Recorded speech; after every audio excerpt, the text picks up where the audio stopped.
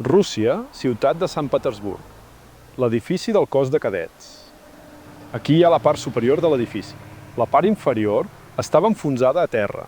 Mesurem l'alçada de la finestra del tercer pis. Compareu amb les finestres del primer pis.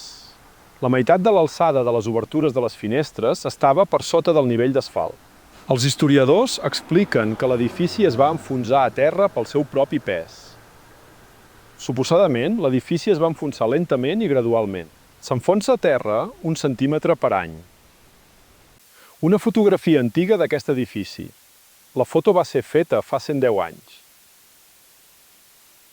L'edifici està enfonsat a terra al mateix nivell que avui. Durant 110 anys, l'edifici no va caure gens. Ni 1 centímetre ni una polzada. Vaig combinar una foto antiga i moderna. És clarament visible que el nivell de la superfície de la carretera no ha canviat gens en 100 anys.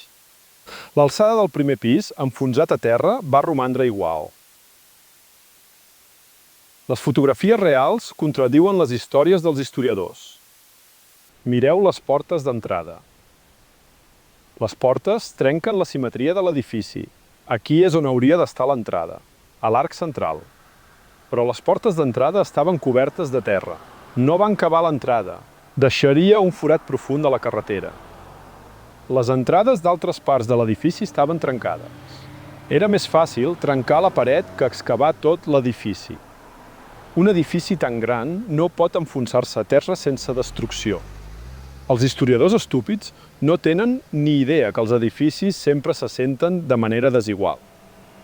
Aquest edifici està construït amb maó. Si l'assentament és desigual, les parets de maó certament s'esquerdaran. L'edifici s'ensorrarà i s'ensorrarà. Però l'estructura antiga està perfectament conservada. Segons el projecte arquitectònic, l'edifici ha de tenir un primer pis complet i un soterrani. Uns 2 metres eren sota terra.